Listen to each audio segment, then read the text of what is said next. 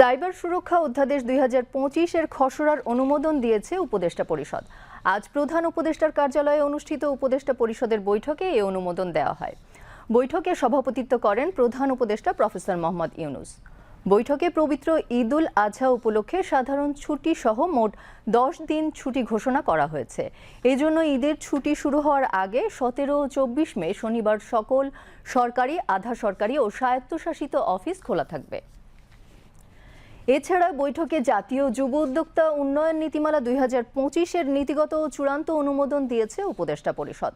উপদেষ্টা পরিষদের বৈঠক শেষে ফরেন সার্ভিস একাডেমিতে সংবাদ সম্মেলন অনুষ্ঠিত হয়। সংবাদ সম্মেলনে আইন, বিচার ও সংসদ বিষয়ক উপদেষ্টা ডক্টর আসিফ নজরুল বলেন, আগামী 1 সপ্তাহের নতুন সাইবার সিকিউরিটি আইন কার্যকর হবে। নতুন আইনে পুরনো আইনের 9টি ধারা বাতিল করা হয়েছে।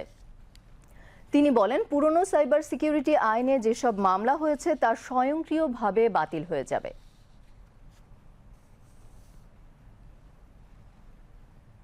গত ফ্যাসিস্ট সরকারের আমলে ইচ্ছামতো নির্বাচনী এলাকার সীমানা নির্ধারণ করা হয়েছে। এগুলি নিয়ে বিভিন্ন রাজনৈতিক দলের পক্ষ থেকে কমপ্লেইন আছে। এখন আমাদের সীমানা নির্ধারণ সংক্রান্ত যে আইন আছে সেখানে একটা ক্ল্যারিক্যাল মিস্টেকের কারণে এটা নিয়ে নির্বাচন কমিশন কাজ করতে পারছিল না। তো নির্বাচন কমিশন রিকোয়েস্ট করেছে, তারা এই আইনটা প্রপোজ করেছে। এখন আমরা ওই অ্যামেন্ডমেন্টটা করে দিয়েছি। এখন সীমানা পুনর্নির্ধারণ সংক্রান্ত নির্বাচন কমিশনের যে সাংবিধানিক দায়িত্ব আছে সেটা তারা ইচ্ছা করলে এই আইনটা আপনার গেজেট নোটিফিকেশন হওয়ার সাথে সাথে শুরু করে দিতে পারবে। সিপিসি, সিভিল প্রসিডিওর কোড, এটা নীতিগতভাবে অনুমোদিত হয়েছিল, আজকে চূড়ান্তভাবে অনুমোদিত হয়েছে। এটা খুবই গুরুত্বপূর্ণ একটা আইন। আপনারা জানেন, বাংলাদেশের সিভিল মামলা নিষ্পত্তি হতে বছরের পর বছর, এমনকি যুগের পর যুগ লাগে। আমরা এখানে অনেকগুলা চেঞ্জ এনেছি। তার মধ্যে কয়েকটা শুধু গুরুত্বপূর্ণ চেঞ্জের কথা আপনাদের বলি। একটা চেঞ্জ হচ্ছে, আগে আপনার ইচ্ছামতো অ্যাডজর্নমেন্ট বা মামলা মুলতবি করা যেত, শুনানি। এখন আর মুলতবি করা যাবে না। আগে সিপিসির মামলাতে প্লেইন্ট বা আর্জি যেটা, এবং এটার উত্তরে যে রিটেন স্টেটমেন্ট দিত, এটা আপনার আইনজীবীরা পড়ে পড়ে শোনাতো, বিভিন্ন শুনানির সময় পড়ে পড়ে শোনাতো, এবং সেখানে কনসার্ন ব্যক্তি আপনার ওটাতে সম্মতি দিত, তারপর আদালত সেটা শুনতো। তো এই শুধুমাত্র আর্জি আর রিটেন স্টেটমেন্ট, এটা আদালতে মৌখিকভাবে উত্থাপন করতে করতে 2-3 বছর পর্যন্ত চলে যেত, এমন নজিরও আছে, কারণ অনেকদিন পর ডেট পড়তো। তো আমরা বলেছি এখন প্লেইন্ট আর রিটেন স্টেটমেন্ট লিখিত আকারে যেটা দিবে সেটাই যথেষ্ট, এটা আদালতের উপস্থাপন করতে হবে না। আমরা দায়িত্ব গ্রহণ করি তখনই আমরা বলেছিলাম, আমরা যে আগের যেটা আইন আছে সাইবার সিকিউরিটি অ্যাক্ট, সেটা আমরা বাতিল করে আমরা একটা যুগোপযোগী আইন করব।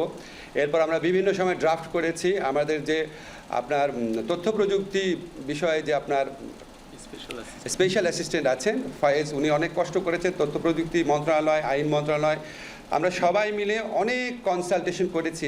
আমার জানা মতে বাংলাদেশে কোনো আইন নিয়ে এত কনসালটেশন হয়নি। 25 বার আমরা ড্রাফট চেঞ্জ করেছি। সবশেষে আমরা এই আইনের যারা সবচেয়ে বড় সমালোচক ছিল সিভিল সোসাইটি, তাদের সাথে 3 ঘন্টা একসাথে বসে ফাইনাল করেছি, চূড়ান্ত করেছি ড্রাফটটা। আজকে এটা উপদেষ্টা পরিষদের মিটিংয়ে উঠেছিল, তারপর সেখানে একটা অ্যামেন্ডমেন্টের সাজেশন আসছে, সেটাও আমরা করবো বলে সিদ্ধান্ত নিয়েছি। এটাও আপনার জাস্ট আমাদের ল মিনিস্ট্রির ভেটিংয়ের পর গেজেট নোটিফিকেশন হবে, হয়তো আপনার এই সপ্তাহের মধ্যে এটা চূড়ান্তভাবে প্রয়োগ হয়ে যাবে। যুব ও ক্রীড়া উপদেষ্টা আসিফ মাহমুদ সজীব ভুঁইয়া যুব সমাজের ক্ষমতায়ন, কর্মসংস্থান সৃষ্টি ও তরুণদের মধ্যে উদ্যোক্তা তৈরির লক্ষ্যে জাতীয় যুব উদ্যোক্তা উন্নয়ন নীতিমালা করা হয়েছে। প্রধান উপদেষ্টার প্রেস সচিব শফিকুল আলম বলেন, এবার ঈদুল আজহায় সাধারণ ছুটি সহ 10 দিনের ছুটি ঘোষণা করা হয়েছে। এজন্য আগামী 17 ও 24 মে শনিবার সকল সরকারি অফিস খোলা থাকবে।